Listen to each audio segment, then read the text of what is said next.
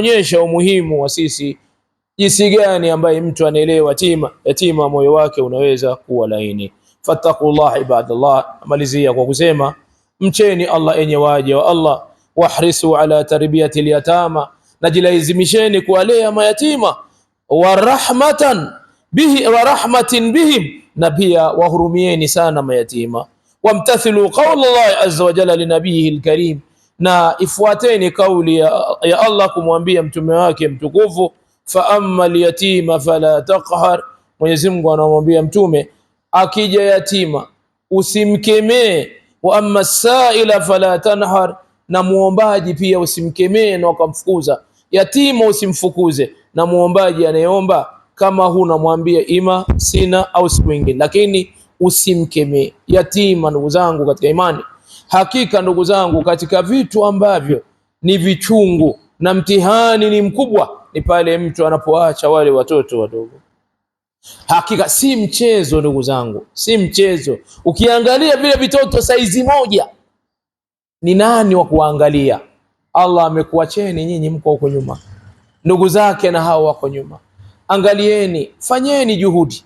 Ifike mahala siku moja tuseme katika mtaa wetu kuna wajane wangapi? Ifike mahala tuseme katika mtaa wetu kuna mayatima wangapi? Hawa mayatima wanaenda shule au hawaendi shule? Ifike mahala ndugu zangu, ifike mahala hawa mayatima idi hii wanakula nini? Idi hii watavaa nini?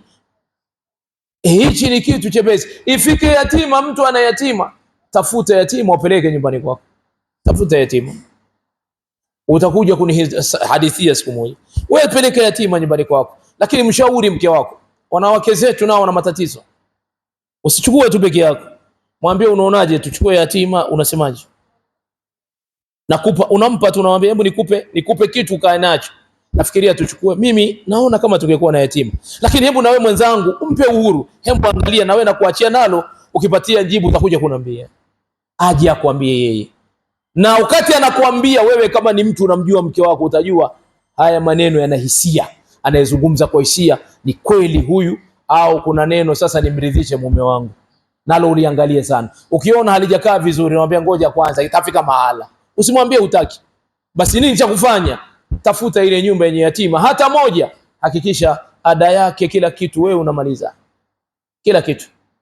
Ada yako, na mtafute mtoto mmoja katika watoto wako unaoona ni mtu bright, naambia bwana mimi na khairi hii na hii, nikiondoka naomba uiendeleze, lakini sitaki na ni kimya.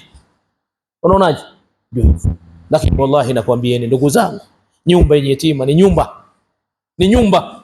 Ni katika nyumba. Na uwezekano upo. Akhi, chakula cha mtu mmoja. Kwani wewe leo mtu akaja kwako ambaye bwana mimi naomba atikae hapo, unafanyaje? Au mjomba wako amekuja au shangazi yako, utamfukuza? Unamfukuza? Wewe unaweza kumfukuza shangazi? Au ami yako? Atakaa tu pale. Sasa hawajaja, kwa nini usikue yatima? Alhamdulillah, ami yako labda anaonaye ana nini, walillahi alhamd, ana watu wa kumwangalia. Kwa hiyo ndugu zangu, ujumbe huu tuliokuwa nao tangu wiki iliyopita ni kwamba huu mlango umesahaulika. Umesahaulika. Niliwahi kuwaambieni msikiti moja tu ndio walikuwa bwana moja anasimama akielezea, lakini mpaka sasa pia huwa sisikii mimi msikitini kuna mayatima mahala fulani. Ni kweli hawapo? Labda kama hawapo kuna watu wanawahi kuwachukua, basi ni neema pia. Lakini ndugu zangu, kama wapo, tuwe na juhudi ya kuangalia hawa ndugu zetu, kwa sababu hii dunia ni sote tunaondoka. Hakuna mtu ana uhakika akisema bana paka mimi nikitembelea bakora ndio nafanyaje, ndio naondoka. Alafu mauti yalivyo hivi, mnalala mnaamka na lingine. Jana tulikuwa naye dhuhuri bwana, na jana aliuliza maswali, au jana shekhe bwana alikuwa anatoa muhadhar na nini, tulipoondoka akasema anasikia kama kichwa kidogo au hakuna cha kichwa. Unasikia tu asubuhi shughuli imeisha. Sasa mnafanyaje nyinyi huku nyuma? Ni nyinyi kuangalia jukumu. Angalieni hali ilivyo na mazingira hivyo, na tutangulize sana ubinadamu, kwa sababu Rasulullah sallallahu alaihi wasallam alikuwa na ubinadamu wa kupindukia ndugu zangu katika imani. Alikuwa na ubinadamu wa kupindukia. Kwa hiyo inshallah biidhnillah, na sisi waislamu ndugu zangu tujifunze huruma.